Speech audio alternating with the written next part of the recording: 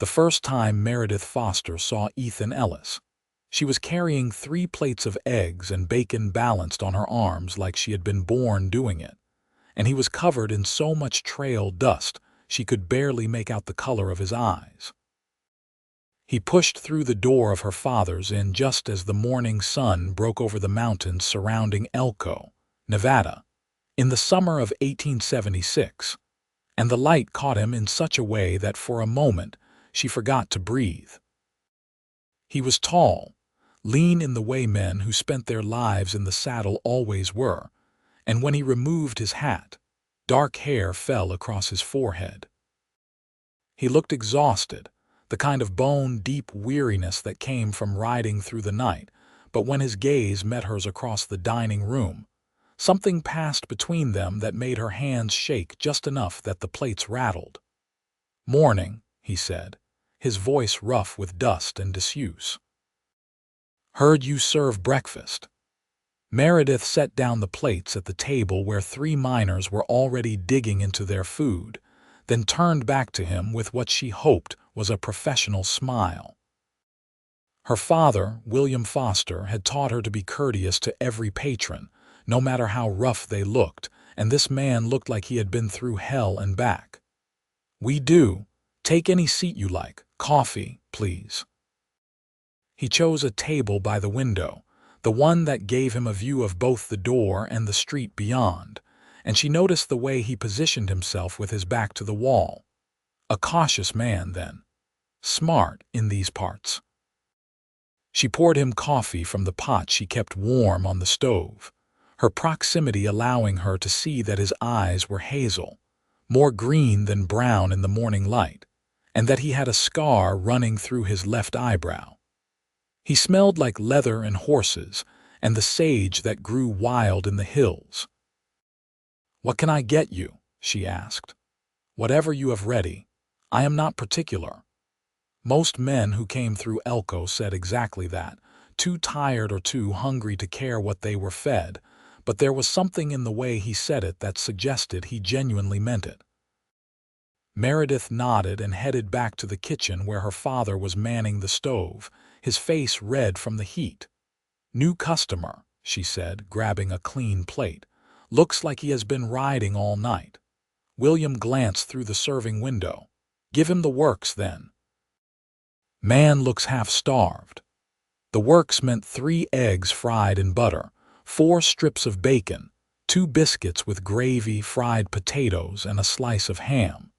It was enough food to fuel a man for a hard day's work, and when Meredith said it in front of the stranger, his eyes widened slightly. "This is generous," he said. "My father does not believe in letting people leave hungry," she replied. "You passing through?" He picked up his fork, and she noticed his hands were scarred and calloused, the hands of a man who worked hard for everything he had. "Depends. I am looking for work." "Know anyone hiring?" "The silver mines are always looking, but the work is dangerous. The ranches outside town might need hands, especially coming up on roundup season." "What is your trade?" "Cattle, mostly. Breaking horses. Whatever needs doing." He took a bite of the eggs and closed his eyes briefly, a look of such pure appreciation crossing his face that Meredith felt warmth bloom in her chest. "These are perfect." She was not used to compliments, at least not sincere ones. Men sometimes tried to flatter her in hopes of a discount or an extra serving, but this felt different. "Thank you. I will ask around about the ranches if you would like." "I would appreciate that." He extended his hand across the table. "Ethan Ellis." She took it, feeling the rough warmth of his palm against hers. "Meredith Foster. My father owns this place. Lucky man to have such a capable daughter." The warmth in her chest spread to her cheeks, and she withdrew her hand, suddenly flustered. "Eat before it gets cold." She busied herself with the other customers, refilling coffee and clearing plates, but she remained acutely aware of Ethan at his table by the window. He ate slowly, savoring each bite in a way that suggested he had not had a proper meal in some time. When he finally finished, he sat back with a contented sigh and caught her eye. "What do I owe you?" 40 cents. He reached into his pocket and pulled out a handful of coins, counting them carefully before placing 50 cents on the table. "Keep the change. And thank you, Miss Foster. That was the best breakfast I have had in longer than I can remember." After he left, Meredith found herself watching through the window as he crossed the street to the general store, his stride confident despite his obvious fatigue. She wondered where he would end up, whether she would see him again, and was surprised by how much she hoped the answer was yes. The next morning, Ethan Ellis walked through the door at the same time, just as the sun was breaking over the mountains. Meredith was wiping down tables, and when she saw him, her heart did a strange little skip that she tried to ignore. "Morning," he said, and this time there was the hint of a smile around his eyes. "Morning. Same table, if it is available."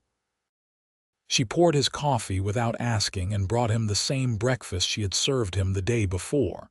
He thanked her, and as he ate, she worked up the courage to ask, "Did you find work?" "I did. The Double Bar Ranch about 5 miles north. They needed someone who knows horses, and I convinced the foreman I do." "That is good. Jim Patterson runs that place. He is fair, seems to be." Ethan paused, fork halfway to his mouth. "I will be staying in the bunkhouse there, but I was thinking, if your breakfast is this good every day, I might make the ride in each morning."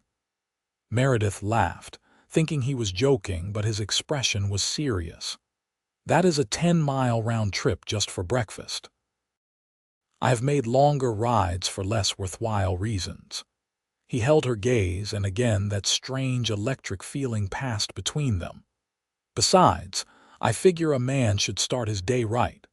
True to his word, Ethan came back the next morning and the morning after that. By the end of the first week, Meredith had his breakfast ready before he arrived, timing the eggs so they would be perfect when he walked through the door. They fell into an easy pattern. He would arrive, take his table by the window, and she would bring him coffee and food. They talked, brief conversations at first, just pleasantries and small observations about the weather or the town, but gradually they grew longer and more personal.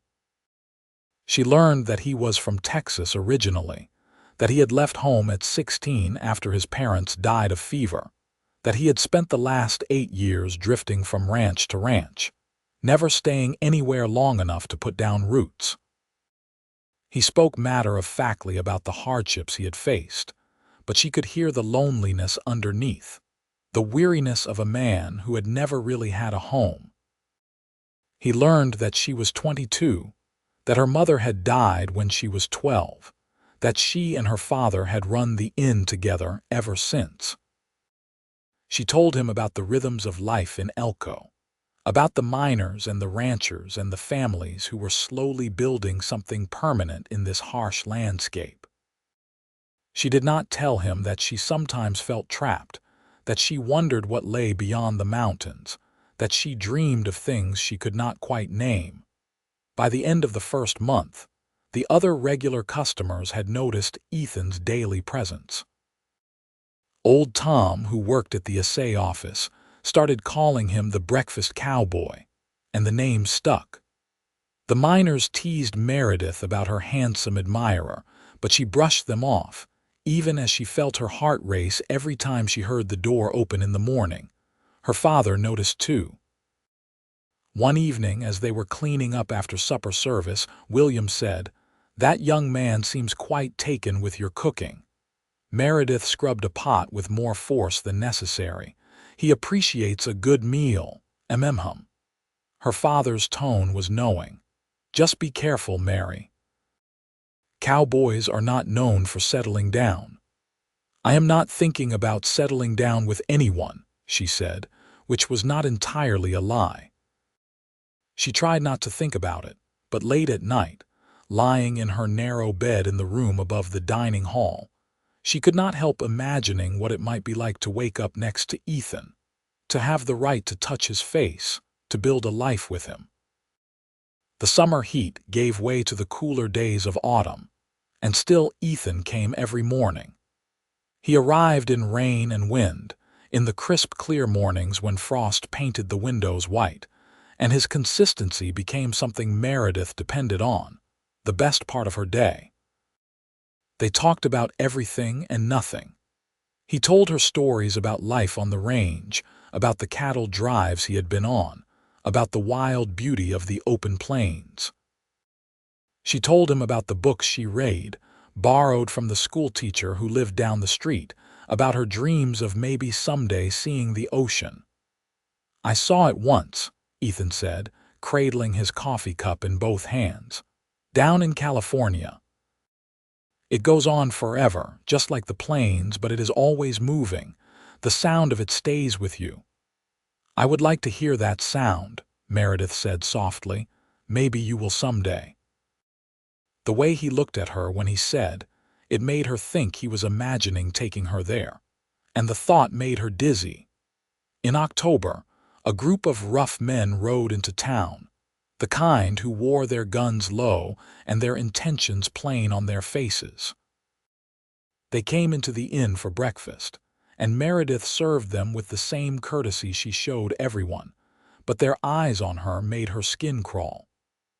One of them, a man with a pockmarked face and tobacco-stained teeth, grabbed her wrist as she was refilling his coffee. "Why do not you sit with us a while, sweetheart?" he said, his grip tight enough to hurt. "Let go of me, please." She kept her voice steady, aware that her father was in the kitchen and that making a scene could turn dangerous quickly. "I said sit down." He yanked her toward him, and coffee sloshed over the rim of the pot, scalding her hand. She bit back a cry of pain. Then Ethan was there, moving faster than she had ever seen him move, his hand clamped around the man's wrist with enough force to make him yelp and release her. "The lady asked you politely. I am asking you once to let her go and leave." The dining room went silent. The pockmarked man started to reach for his gun, but Ethan was faster, his own revolver out and cocked before the man's fingers touched metal.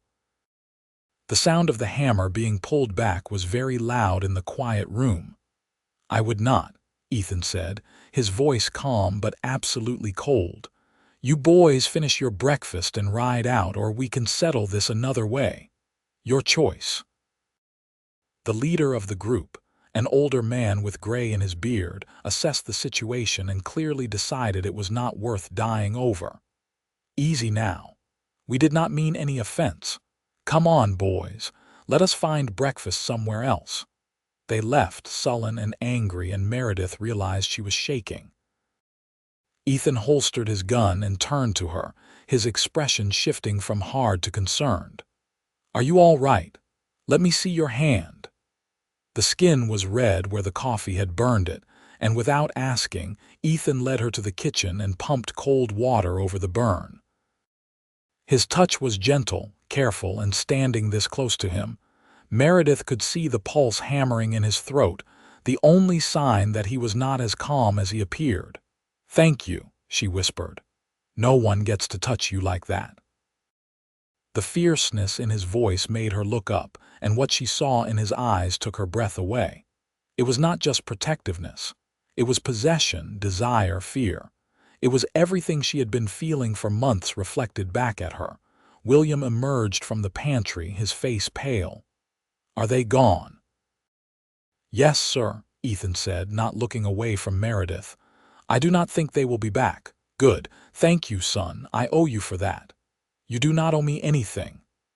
Finally, he released Meredith's hand, though his fingers lingered a moment longer than necessary. "I should get to work." "I will see you tomorrow, Miss Foster." After he left, Meredith stood in the kitchen, her hand still tingling from his touch, her heart pounding. Her father was looking at her with an expression she could not quite read. "That young man would do just about anything for you," he said finally. "I know," she whispered. "The question is, how do you feel about him?"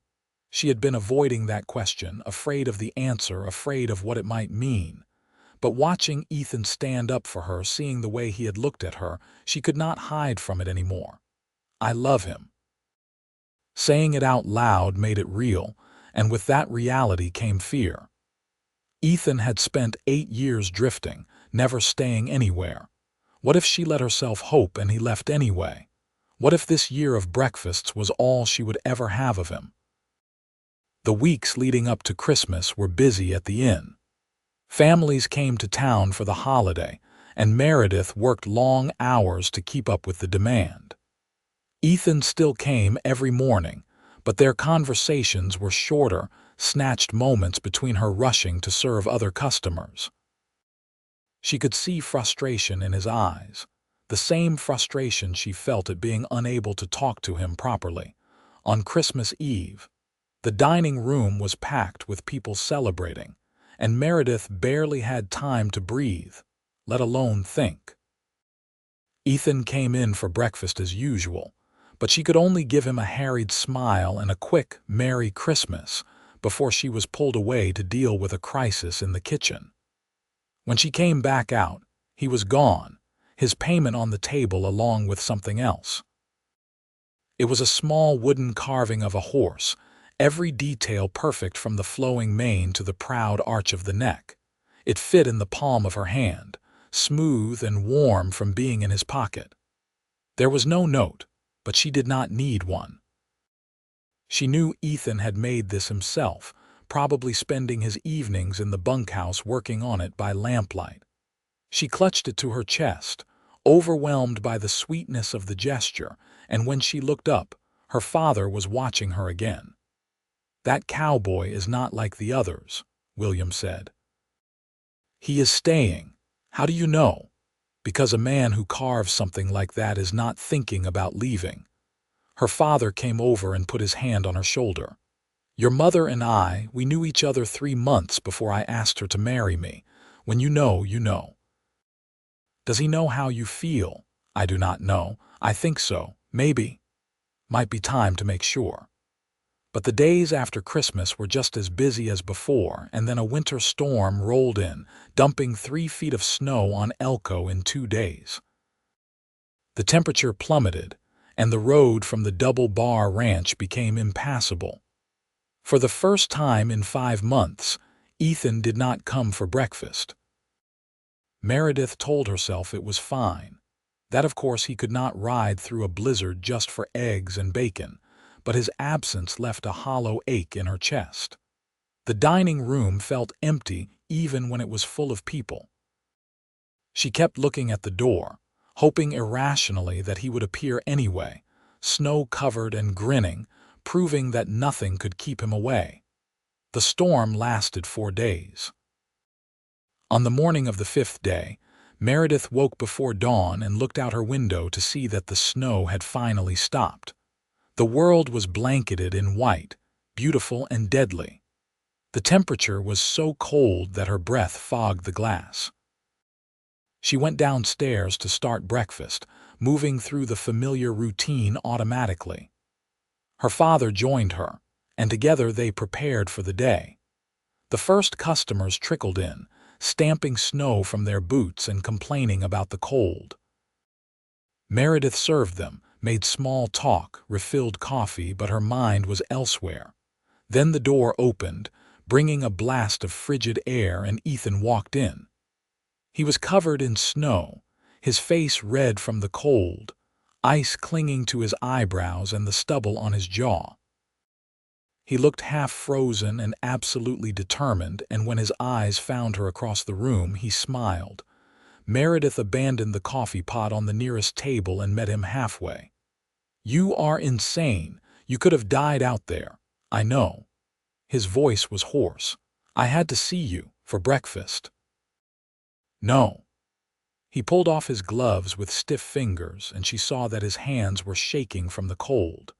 "Because I have been riding in every morning for 5 months, and somewhere along the way, it stopped being about the food." "Meredith, he broke off, looking suddenly uncertain, and she realized that he was afraid. This man who had faced down armed troublemakers without flinching was terrified of what he was about to say.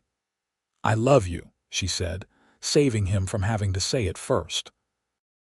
"I have loved you for months, and I have been too scared to tell you because I thought you would leave." The relief that flooded his face was beautiful. "Leave? Meredith, I would ride through 100 blizzards if it meant seeing you. I took the job at the Double Bar because it was close to town. I have been saving every penny I earn because I wanted to have something to offer you. I know I am just a cowboy with nothing to my name but a horse and a saddle, but I am staying in Elko. I am staying for you if you will have me." She should probably have been more cautious, should have taken time to think about what this meant, but she had been thinking about it for months and she was done being careful. She reached up and touched his face, her fingers cold against his frozen skin, and said, "Yes, yes, I will have you." He kissed her then, right there in the middle of the dining room with a dozen customers watching, his lips cold and his hands cradling her face like she was something precious. It was brief, because they were both aware of their audience, but it was perfect. When they broke apart, the room erupted in cheers and applause. William came out of the kitchen, took one look at them and shook his head with a smile. "I suppose this means he gets free breakfast from now on." "Absolutely not," Ethan said, his arm around Meredith's waist. "But I would like to discuss marrying your daughter if you are amenable. I think that could be arranged." Her father's eyes were suspiciously bright. "Now get out of those wet clothes before you catch your death. Mary, get this fool some coffee." The next weeks passed in a blur of happiness and planning. Ethan proposed properly, with a ring he had bought from the jeweler in town using his savings, a simple gold band that fit perfectly. They set the wedding for early spring, wanting to give Ethan time to prove to anyone who doubted that he was serious about staying, though Meredith had no doubts at all. He still came for breakfast every morning, but now he came early enough that they could sit together for a few minutes before the other customers arrived, talking about their future. He had spoken to Jim Patterson about building a small house on Double Bar land, and the rancher had agreed, even offering to help with materials. Meredith started collecting things for their home, linens and dishes, and all the small necessities of building a life together. In February, a telegram came for Ethan from Texas. Meredith was with him when he read it, and she saw the color drain from his face. "What is it?" she asked. "My brother. I did not know he was looking for me. He says our uncle died and left us the family ranch. He wants me to come back to help him run it." The joy that had been bubbling in Meredith's chest turned to ice. "Texas, that is so far, I know." Ethan crumpled the telegram in his fist. "I do not want to go. I built a life here, I have you, but he is your brother. I have not seen him in 8 years. Meredith took his hand, twining her fingers through his. "If you do not go, you will always wonder. Family is important, Ethan. So are you. Then I will come with you. We can move up the wedding. I can be packed in a week." He stared at her. "You would leave your home, your father, for you?" Yes, she meant it absolutely. She had spent her whole life in Elko and she loved it, but she loved Ethan more. "Wherever you are is home." But even as she said it, she thought of her father, who had lost his wife and built a life with his daughter, who depended on her to keep the inn running. Could she really leave him? That evening, she sat down with William and told him about the telegram. He listened quietly, his weathered hands folded on the table between them. "You want to go with him," he said when she finished. "I do not want to leave you." "That is not what I asked." Meredith looked down at her hands. "Yes, I want to go with him, but I cannot abandon you." "Mary, look at me." She did, and was surprised to see that he was smiling. "I am 60 years old, not ancient. I can manage this place on my own, or I can hire help. I have been managing since before you were born." You think I would let you give up a chance at happiness because you are worried about me frying eggs. It is more than that. This is our life, our home. And it always will be. But you have a chance to build something new, something that is yours. Your mother would want that for you. I want that for you. He reached across and took her hand. Go to Texas. See what is there. If you hate it, you can always come back. But do not stay here out of obligation. Stay because you want to, or do not stay at all. She hugged him, this man who had been both mother and father to her, who had taught her everything she knew about hard work and kindness and love. Thank you, she whispered. The decision made, everything happened quickly. Ethan sent a telegram back to his brother saying he would come, and that he was bringing his wife. They were married 3 days later in a simple ceremony at the church, with half the town in attendance. Meredith wore her mother's wedding dress, altered to fit, and Ethan wore a new suit that made him look uncomfortable and devastatingly handsome. Jim Patterson gave Ethan a generous severance and a glowing recommendation.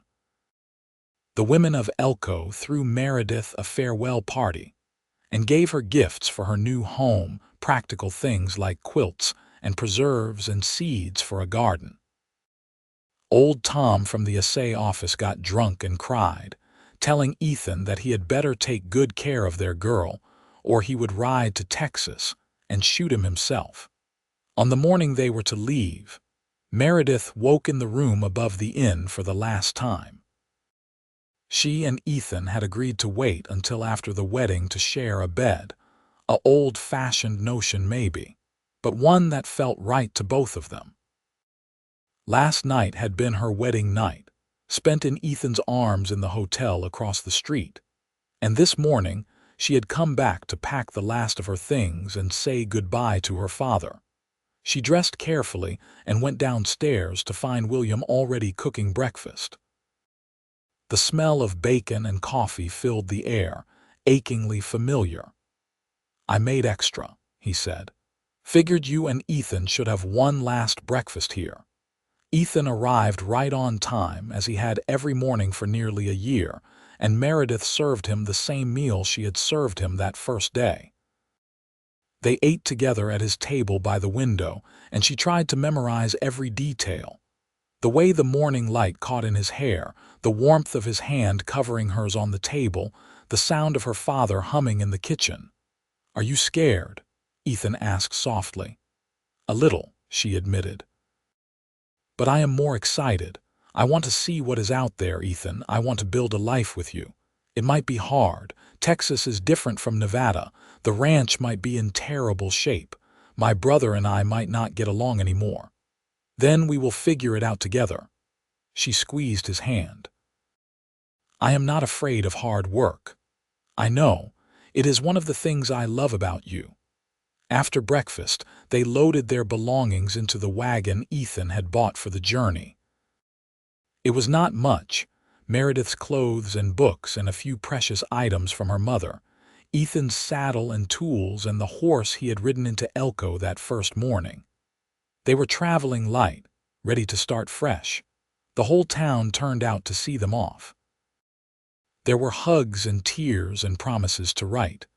William held Meredith for a long time, and when he finally let her go, his eyes were wet. "Be happy," he told her. "That is all I ever wanted for you. I will, I promise." Then she climbed up onto the wagon seat beside Ethan, and he took the reins, and they rolled out of Elko with the morning sun at their backs. Meredith looked back once, seeing her father standing in front of the inn waving, and then she turned forward, toward whatever came next. The journey to Texas took 3 weeks. They traveled slowly, camping under the stars at night, and Meredith discovered the joy of being alone with her husband without the eyes of the town on them. They talked for hours as the wagon rolled across the changing landscape, learning the small details of each other's lives, the things that had not fit into their morning conversations. She learned that Ethan sang, when he was happy, old cowboy ballads in a surprisingly good voice. He learned that she was terrible at cooking over a campfire, used to the controlled environment of a kitchen stove, and he taught her patiently, laughing when she burned the bacon but eating it anyway. They made love in their bedroll under a sky so full of stars, it looked like someone had spilled diamonds across black velvet, and Meredith understood for the first time what it meant to be completely, utterly happy. They crossed into Texas in mid-April, and Ethan grew quieter, more pensive. She could see the memories surfacing, not all of them good. He told her about his parents, about growing up on the ranch that would now be his, about the fight he had with his brother that had driven him away. "I said terrible things," he confessed one night. "Daniel wanted to stay and run the ranch, and I wanted to see the world. I told him he had no ambition, that he was wasting his life. I was 16 and stupid, and I thought I knew everything." "You were grieving," Meredith said gently. "People say things they do not mean when they are grieving." "Maybe, but I never came back to apologize. I just kept running." "You are not running now." The ranch was outside a small town called Brewster, in the hill country where the land rolled green and beautiful. It was larger than Meredith had expected. Several hundred acres with a good herd of cattle and a house that needed work but had good bones. Daniel Ellis was waiting for them on the porch, and when he saw Ethan, his face split into a grin. "You actually came," he said, and there was wonder in his voice. "You asked me to." Ethan climbed down from the wagon and stood awkwardly, like he was not sure what to do. Daniel solved the problem by pulling him into a fierce hug. "I did not think you would. I thought you would tell me to go to hell. I thought about it." But Ethan was hugging him back, and Meredith could see the tension leaving his shoulders. "Daniel, this is my wife, Meredith. Meredith, my brother." Daniel was younger than Ethan by 2 years, stockier and with lighter hair, but they had the same eyes. He swept off his hat and gave Meredith a bow that was only slightly mocking. "Welcome to the Ellis Ranch, sister. I hope you are prepared for a lot of hard work, because this place is a disaster." He was not wrong. The house needed a new roof, half the fences were down, and the barn was missing an entire wall. But there was potential here. Meredith could see it. The land was good, the water was plentiful, and the two brothers working together could make something extraordinary. That first night, they sat around the kitchen table and Daniel explained the situation. Their uncle had let things slide in his final years, too sick to keep up with the work. The ranch was theirs free and clear, no debts, but it needed investment and labor to bring it back to productivity. "I can handle the cattle and the land," Daniel said, "but I do not have a head for business, Ethan. I never did. You were always the smart one." "That is not true," Ethan said, but Meredith could see he was pleased. "You know this land better than I ever will. Then we make a good team." Daniel looked between them. "If you are willing to stay, I know this is not what you planned." Ethan looked at Meredith, a question in his eyes. She thought about Elko, about the inn and her father and the life she had known. Then she thought about the future, about building something from the ground up, about the way Ethan's face had lit up when he saw his brother. "I think we should stay," she said. "At least for a while, see if we can turn this place around." The months that followed were the hardest work Meredith had ever done. They repaired the house first, all three of them working from dawn to dusk to fix the roof and patch the walls and make it livable. She learned skills she had never needed in Nevada, how to doctor sick cattle and mend fences and birth calves. Her hands grew rough and her skin tanned, and she fell into bed each night so exhausted she could barely move. But it was good work, satisfying in a way that serving breakfast had never quite been. She was building something, creating a home from nothing, and she was doing it alongside the man she loved. Ethan thrived here in a way he never had at the Double Bar. This was his land, his legacy, and he poured himself into it with fierce determination. By the end of summer, the ranch was starting to take shape. The fences were repaired, the cattle were healthy and multiplying, and they had even managed to hire 2 ranch hands to help with the work. Meredith planted a garden and started keeping chickens, and the house began to feel like a home. She wrote long letters to her father, telling him about everything they were doing, and his responses were full of pride and encouragement. He had hired a widow from town to help with the cooking, and business at the inn was good. He missed her, but he was happy, and that eased the guilt she sometimes felt about leaving. In September, Meredith realized she had missed her monthly courses. She waited another month to be sure, then told Ethan one evening as they were sitting on the porch watching the sunset. "I think I am going to have a baby," she said. He went very still, his hand frozen on the glass of water he had been drinking. Then he set the glass down carefully and turned to her. "You think or you know, I am fairly sure. 2 months now." A slow smile spread across his face, transforming it. "A baby. We are going to have a baby. Are you happy?" "Happy." "Meredith, I am terrified and thrilled, and I cannot think of anything better." He pulled her into his lap, careful despite his excitement. "When? Spring, I think. April or May." He rested his hand on her still flat stomach, his expression full of wonder. "A spring baby, that is perfect." Daniel was equally excited, immediately starting to plan where they would put the nursery and what they would need to build. Over the winter, he and Ethan constructed a cradle from oak, carving it with care, and Meredith sewed tiny clothes and blankets, her hands busy even as her belly grew. The pregnancy was not easy. She was sick most mornings, exhausted all the time, and by the end, so large she could barely move. But Ethan was endlessly patient, taking over her chores without complaint, bringing her tea and toast when the smell of anything else made her ill, rubbing her aching back in the evenings. William wrote that he was coming for the birth, and he arrived in early April, traveling by stage and train and finally wagon. Meredith cried when she saw him, overwhelmed by how much she had missed him. He looked older, his hair almost completely gray now, but his hug was just as strong. "Look at you," he said, holding her at arm's length. "You are glowing, Mary. I am huge." "That too." He laughed and shook hands with Ethan and Daniel, then looked around at the ranch with approval. "You have done well here. Your mother would be proud." The baby came 2 weeks later on a warm evening in late April.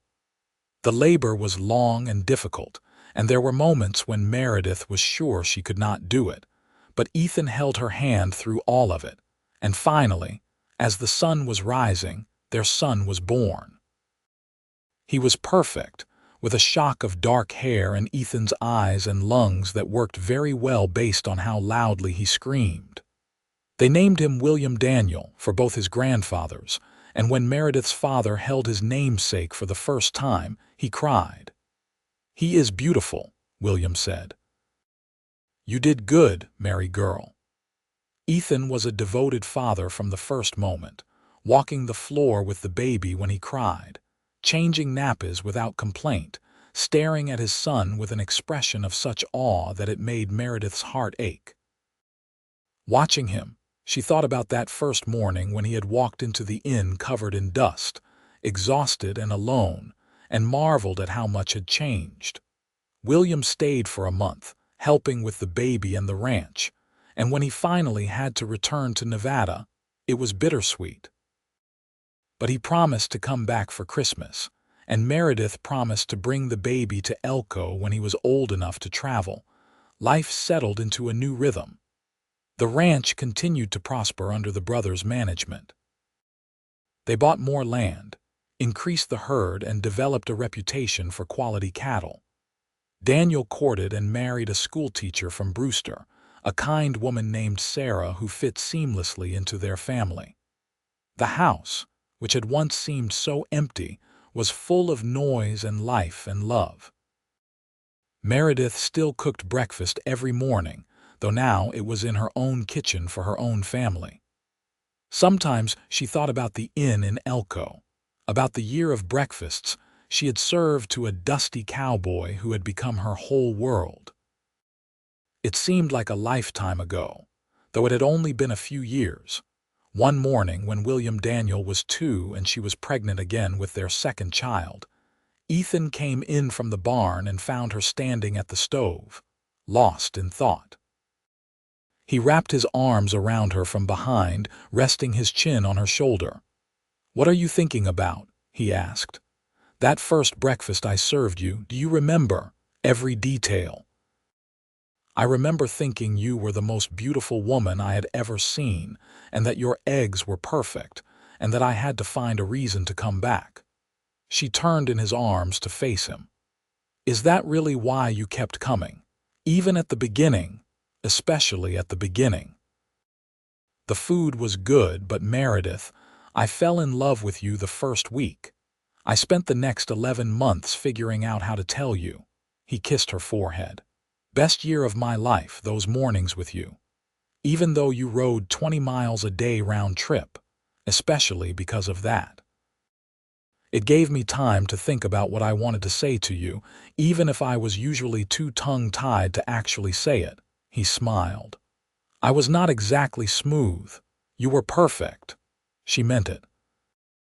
He had been respectful and patient and constant, proving through his actions that he was serious when words might have seemed empty.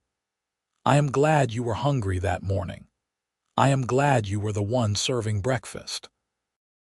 Their second child was born in the fall, a daughter they named Margaret Rose, and 2 years after that, another son, James. The house expanded to accommodate the growing family, rooms added on as needed, and the ranch grew with it. They bought out their neighbors, tripling their land, and built a second barn and a proper bunkhouse for the hands they employed. Ethan never lost his habit of being up at dawn, and most mornings Meredith woke to find him already outside, working. But he always came in for breakfast, sitting at the table with their children, and sometimes she caught him watching her with the same expression he had worn that first morning in Elko, like he could not quite believe his good fortune. They went back to Nevada every few years, the whole family piling into the wagon for the long journey. William thrived in his role as grandfather, spoiling the children shamelessly and teaching them about their mother's childhood. The inn was still successful, now run with the help of the widow he had married in a quiet ceremony that had surprised everyone, a gentle woman named Ruth, who made him laugh. On their last visit, when William Daniel was 10 and already showing signs of being as tall as his father, Ethan and Meredith took a walk through Elko, ending up at the inn. The dining room looked exactly as she remembered, and for a moment she could see her younger self, rushing between tables with plates balanced on her arms, her whole life ahead of her. "You ever miss it?" Ethan asked, reading her thoughts. "Sometimes," she admitted. "But I would not trade what we have for anything. Not even to avoid all the hard work." He was teasing, but there was a real question underneath. Especially not to avoid the hard work. "We built something, Ethan, together. That means everything." He pulled her close, there in the empty dining room where they had first fallen in love, and kissed her the way he had on that snowy morning when he had ridden through a blizzard to tell her how he felt. She kissed him back, thinking about the years they had shared and the years still to come, about the children waiting for them at her father's house and the ranch waiting for them in Texas. When they returned home, it was with a sense of contentment that ran bone deep. The ranch was their legacy, something they would pass on to their children and their children's children. Ethan and Daniel had built it into one of the most successful operations in the county, known for their quality stock and fair dealings. As the years passed, Meredith watched her children grow. William Daniel inherited his father's way with horses and his grandfather's head for business. Margaret was smart and fearless, learning to rope and ride as well as any of her brothers. James was the gentle one, more interested in books than cattle, and Meredith encouraged his learning, remembering her own love of reading. They added one more child to their family, another daughter born when Meredith was 35, a surprise that delighted them all. They named her Elena, and she was the baby of the family, adored and indulged by her older siblings through it all. Ethan remained her anchor, her partner in everything. They had their fights, moments of frustration and exhaustion and disagreement, but they worked through them together. The love that had begun over breakfast in a Nevada inn had deepened and matured into something unshakable, the kind of love that comes from building a life side by side through good times and hard times. When William Daniel turned 18 and announced he wanted to start his own ranch, Ethan helped him buy land adjoining theirs. When Margaret fell in love with one of their ranch hands, a good man who treated her like she hung the moon, they gave the couple their blessing and a piece of land to build a house. James went to university in Austin to study law, the first in their family to pursue higher education, and they were bursting with pride. Only Elena stayed close to home, working alongside her parents on the ranch, though Meredith suspected that had more to do with the foreman's son than any particular love of cattle. The day Ethan turned 50, they threw a party that brought together everyone whose life they had touched over the years. Their children and grandchildren, Daniel and Sarah and their family, friends and neighbors and ranch hands past and present. Even old Tom from Elko made the journey, ancient now, but still sharp-tongued and affectionate. That night, after everyone had gone home or bedded down in the bunkhouse and barn, Ethan and Meredith sat on the porch watching the stars, the same stars that had witnessed their journey from Nevada all those years ago. "You ever think about how different things might have been?" Meredith asked. "If you had not stopped at the inn that morning, all the time," Ethan admitted. "I almost rode past. I was planning to make it to California, thought maybe I would find work on a ranch out there, but my horse was tired and I was hungry and I saw the sign for the inn." "Fate," Meredith said. "Maybe, or maybe just luck. Either way, I am grateful." He took her hand, his thumb tracing the wedding band she still wore, worn thin now after decades of wear.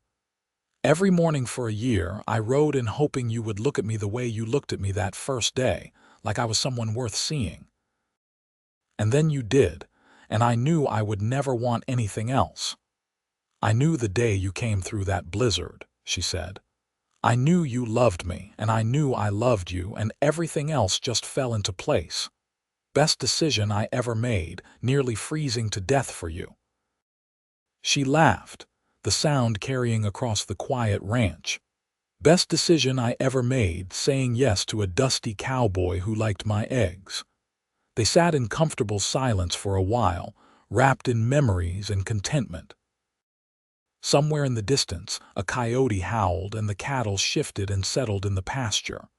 The sounds of the ranch at night, familiar as breathing. "I would do it all again," Ethan said eventually. "Every mile, every hardship, every moment, all of it just to end up here with you." "Me too," Meredith whispered. "Every single moment." And she meant it.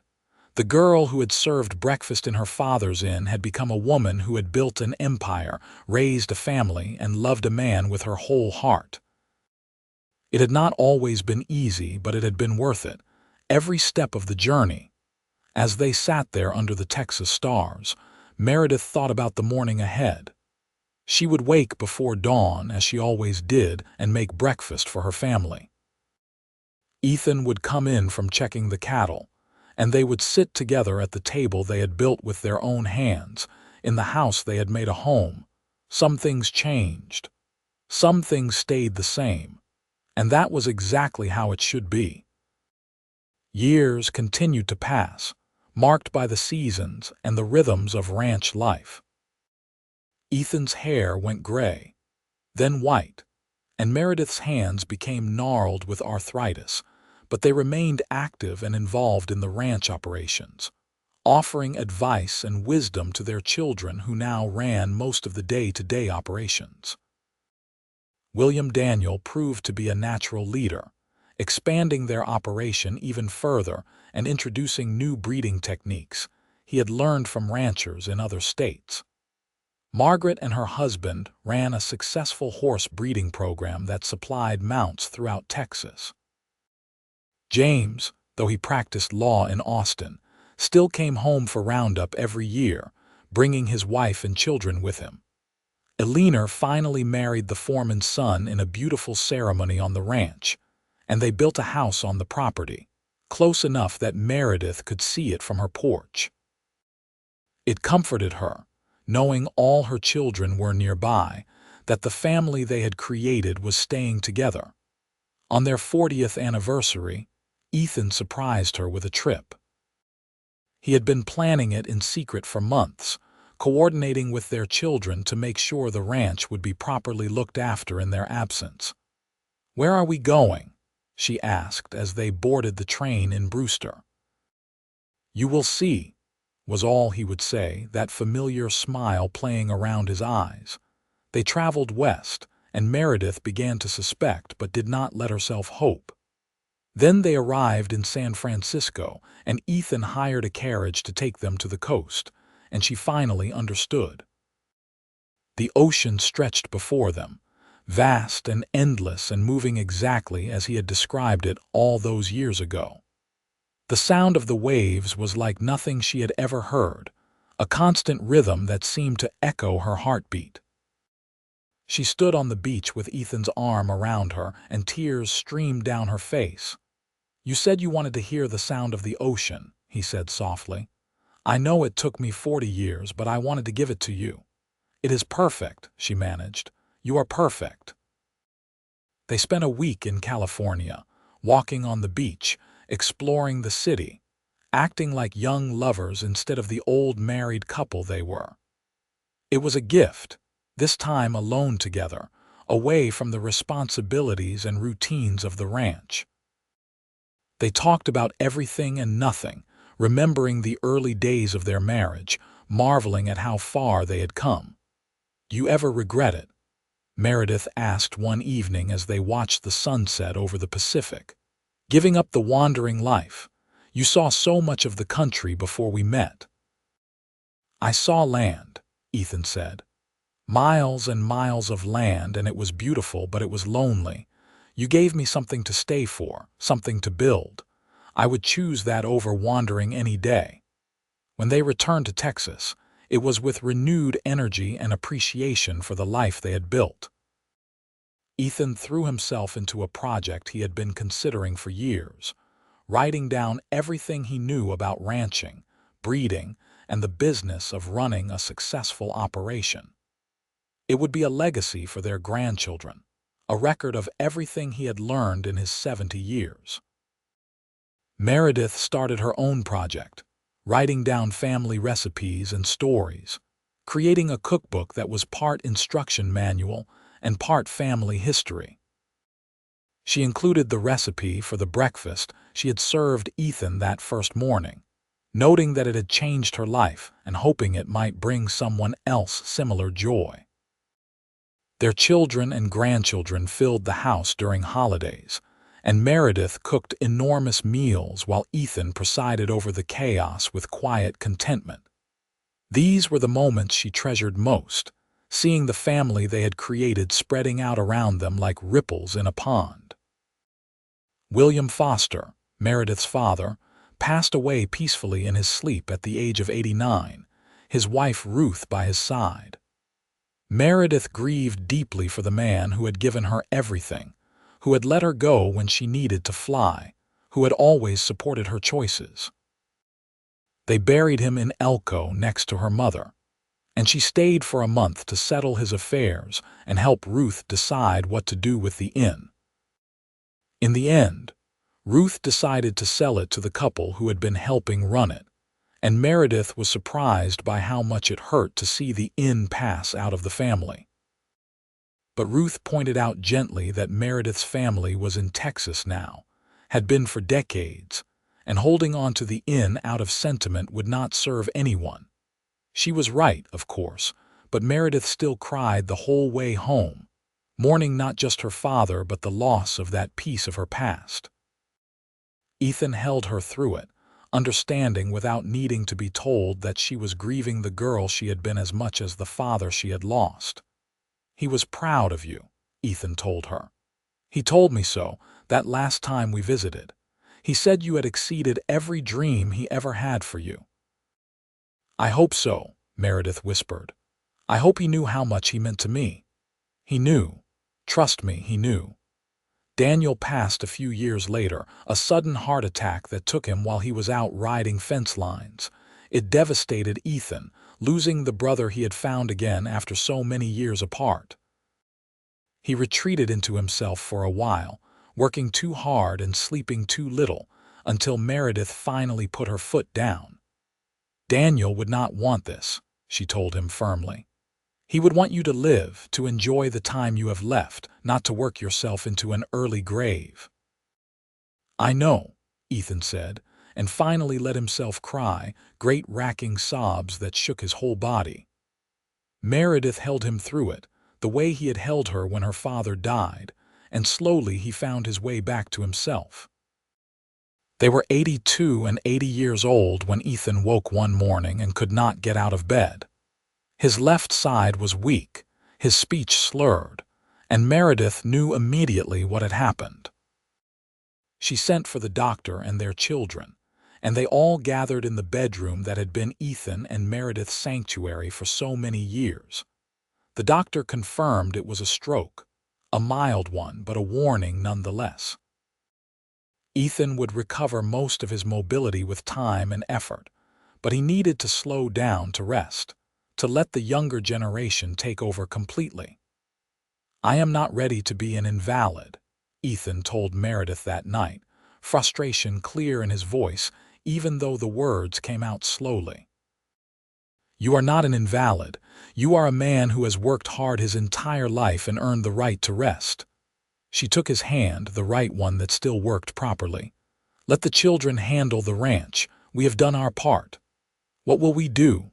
"Live," she said simply. "Spend time with our grandchildren and great-grandchildren. Read books. Sit on the porch and watch the sunset. Ethan, we have earned this." It took him a while to accept it, but gradually he did. His strength returned slowly, enough that he could walk with a cane, and his speech cleared up mostly, though he was never quite the same. But he adapted, as he always had, finding new rhythms and new purposes. They spent their days quietly, enjoying the simple pleasure of each other's company. Meredith read to him from the newspapers and books they ordered from Austin. They played cards and chess and told stories to their great-grandchildren, who sat wide-eyed listening to tales of the old days. On a warm spring morning when Ethan was 86 and Meredith was 84, she made him breakfast. It was harder now, with her arthritis and his limited mobility, but she insisted on doing it herself. Eggs fried in butter, bacon, biscuits with gravy, exactly as she had made it that first morning in Elko 62 years ago. She served it to him on the porch, where he sat in his favorite chair watching the sunrise, and settled into the chair beside him with her own plate. "Do you know what today is?" she asked. He thought for a moment, then smiled. 62 years since I walked into your father's inn looking like something the cat dragged in, and I served you breakfast, and I fell in love with you, and you came back every morning for a year." "Best year of my life," he said, as he always did. "Well, one of them. I have had a lot of good years thanks to you." They ate in comfortable silence, watching the ranch wake up around them. Their grandson managed the operation now, William Daniel's oldest boy, and he was doing a fine job of it. The Ellis Ranch was known throughout Texas, a legacy that would continue long after they were gone. "I love you," Meredith said, because she could never say it enough, because after all these years it still felt important to voice it. "I love you too," Ethan replied, reaching over to take her hand. "Every day for 62 years and every day for however many more we have." "Forever," she said. "Forever," he agreed. They finished their breakfast as the sun climbed higher, warming the Texas morning, and Meredith thought about all the mornings they had shared, all the breakfasts and sunrises and quiet moments. She thought about the scared girl who had served a dusty cowboy eggs and bacon, never dreaming he would become her whole world. She thought about the journey they had taken together, from Nevada to Texas, from two separate people to one unified whole. It had not always been easy. There had been hardships and losses, struggles and sorrows, but there had been so much joy too, so much love and laughter and life. Looking back, she would not change a single moment of it. Ethan squeezed her hand, and she looked over to find him watching her with those same hazel eyes that had caught her attention 6 decades ago. They were older now, surrounded by wrinkles and shadowed by age, but they still held the same warmth, the same love. "What are you thinking about?" he asked. "How lucky I am," she said honestly. "How blessed we have been." "The luckiest," he agreed. "From that first morning to this one, the luckiest man alive." They sat together until the plates were empty and the morning had fully arrived, until they heard their family beginning to stir in the house behind them. Another day was beginning, another chapter in the story they had been writing together for most of their lives. Meredith stood, collecting the plates, and Ethan struggled to his feet as well, leaning on his cane but determined to stand on his own.